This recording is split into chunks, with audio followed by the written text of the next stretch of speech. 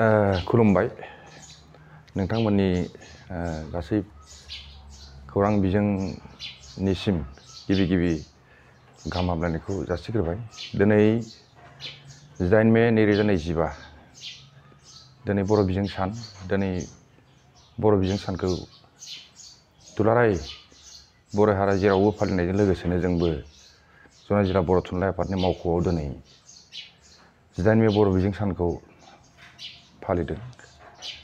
दा बावहायनो जोङो मोनसे प्रेस बिबुंसार होनो थाखाय थियारि खालामदों।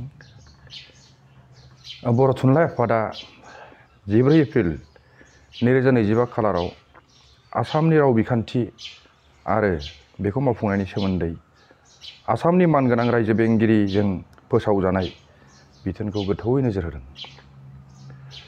बे बिथिङाव 12 मे 2025 खालाराव खुंजानाय बर' थुनलाइ आफादनि मिरु मावफुं आफादनि मोनसे गोनां जथुम्मायाव आसामनि गोजौ सोलोंथाइ बिथोनगिरिनि बिथोनजों लोगोसे सोरखारजों सामलायजानाय फरायसालिमा आरो सोरखारि मडेल फरायसालिमाफोरनि थाखाय गुबुन गुबुन मासि थिसननायाव असमिया रावखौ बाहायनो गोनांथि होनायजों लोगोसे 14 एप्रिल 2025 नि बिथोननि सायाव गुवारै सावरायनाय जायो।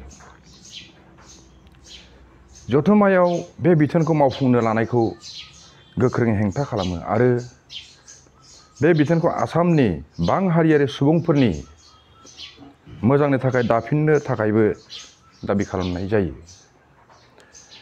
बे बिथोननि फिथाइ महरै भारतारि संबिजितनि 8थि फारिलाइनि सिङाव गनायजानाय आरो आसामनि लोगो मावख'आरि राव महरै गनायथि मोननाय बर' रावनि थामोनथाखौ बिटिआर ओनसोलावल' सिमा होनानै थाबथाहोनो नागिरदों आरो बे बिथोननि दारै आसामनि गुबुन गुबुन बर' मैखोम थानाय जायगाफोराव गुबैयै बिकेडब्लिउएसि ओनसोलाव बेनि बाहायथिखौ गैया खालामनो नाजादों। मख'नो गोनांदि 1963 मायथाइयाव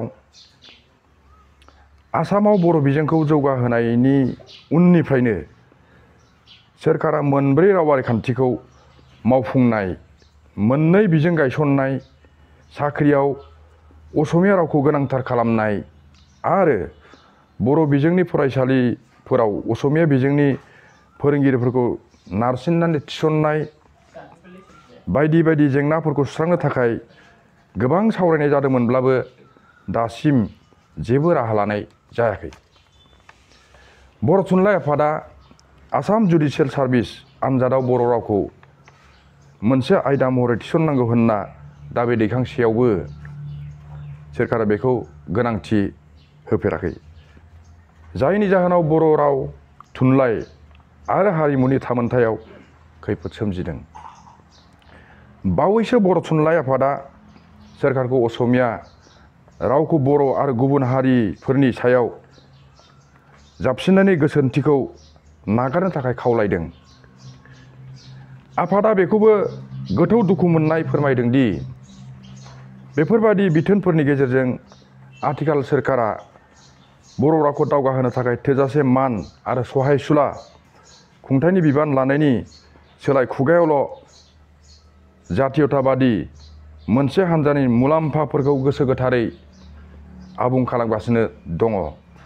बर' थुनलाइ आफादा बेबादि आरजाथावै सरकारि बिथोनफोरखौ हेंथा होलांबाय थागोन।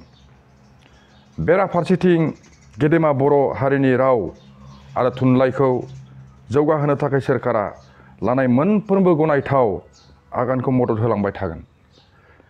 आफादा लोगोसे 2020 मायथाइनि खुंथायारि, सोलोंथायारि आरो थिसनथाइ खान्थिफोरनि बिथोनखौनो अरायथायै बाहायनांगौ होननानै दाबि खालामो। गोजोन्थों। बर' राव गेवलांथों। बर' थुनलाइ आफाद थांनानै थाथों। जै बर' हारिनि जै।